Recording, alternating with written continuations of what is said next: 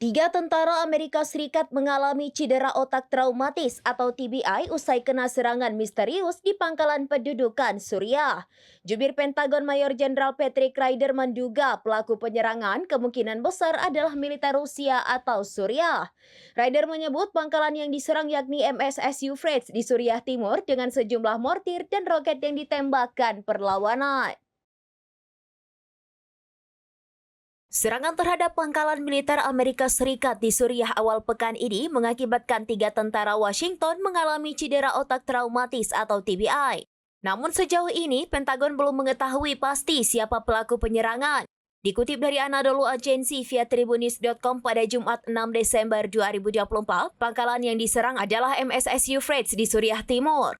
Juru bicara Pentagon Mayor Jenderal Patrick Ryder mengatakan pasukannya menghadapi sejumlah ancaman.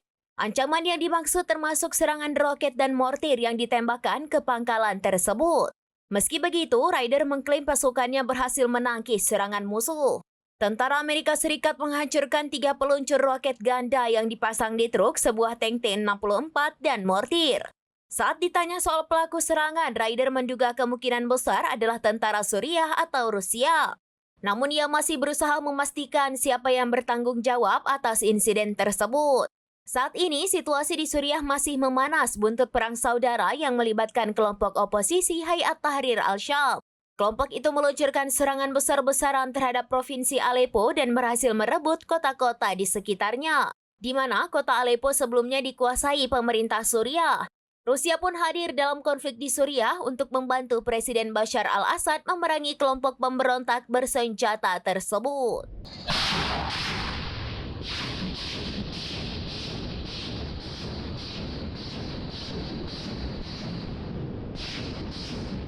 Demikian informasi terkini Syadaralun, saksikan terus informasi lainnya, jangan lupa like dan share seluruh akun serambinews.com.